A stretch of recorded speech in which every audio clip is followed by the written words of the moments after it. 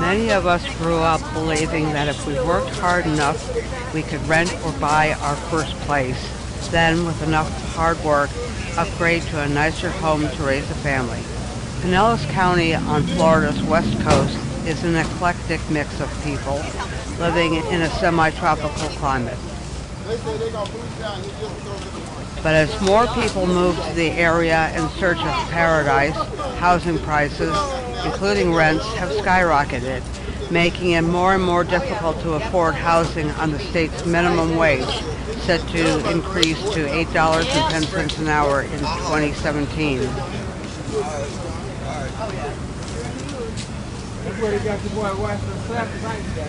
Many people are having to choose between meds and food, and while going to food pantries and soup kitchens helps, the hours that they are open don't always help the working poor.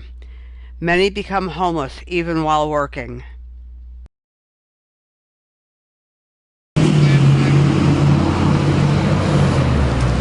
Jessica is joining us today. Jessica is homeless. It's like every day that I wake up, I don't know whether or not I'm going to have something in my stomach to eat, whether or not I'm going to be able to find an apartment, whether or not things are going to go well. And it's all because job loss. I got laid off from my job. I ended up having nothing. I can't even celebrate my birthday today. Even though it's my birthday, I can't do it because of everything that's happened. I've had bills to pay, and that drained me of every bit of money that I had. And now I'm left with nothing but me and what I have left.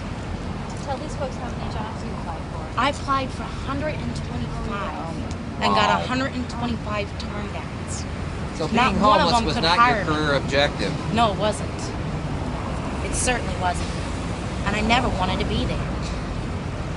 Today is Jessica's birthday. Well, we can see a lot of reasons why it's not. Happy birthday to you. Happy birthday to you. Happy birthday, dear Jessica. Happy birthday to you. And many more. I grew up on a farming community. My parents were fiercely to get a job. I don't feel that way anymore. I try and carry an extra $5 around with me so that I can give them up because there are so many people around who are desperate. I would encourage you to give $1 or $2 to Jessica to help her day out and to thank her for being with us today.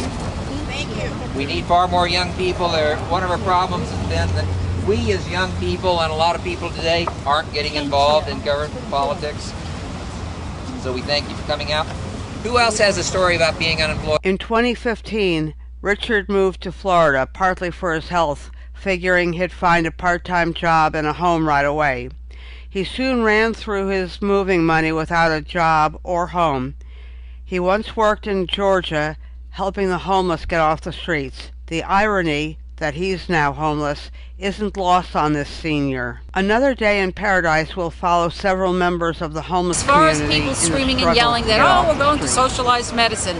Well, folks, your military and your senators and congressmen and the president all have socialized medicine. They just don't want you to have it. So that's all I have to say. Thank you for listening. Good day. Okay. I agree with exactly what she had to say. For the simple fact is if we were spending less time on spending on our insurance and healthcare system, we'd have a lot more to put towards bills and other things that are necessity, instead of wasting it on billions of dollars for a plant that we might not even use. How stupid is that? I mean, think about it. When you come down to it, why do we need another plant? Why can't we put it towards, let's say billions of dollars towards the homeless to help them to get the coverage that they need that they don't have? I mean, you expect them to find a job, but yet there is no job out there. And when you tell them, go get a job, they look at you and say, well, that's stupid. There aren't any. And if you don't have, let's face it, if you don't have a phone number or address, you don't get nothing. If you don't have a phone number and address, you get nothing. And without a job, you still can't. Even with you trying to get one, because you have no place to call home, you'll never be able to succeed in getting off the streets. And that's the one thing that a lot of people don't realize. When they tell somebody go get a job, you have to have a place to get a job first. because nobody can get a job if you're not clean, you don't have the right attire, and you don't have an address. And that's all I gotta say.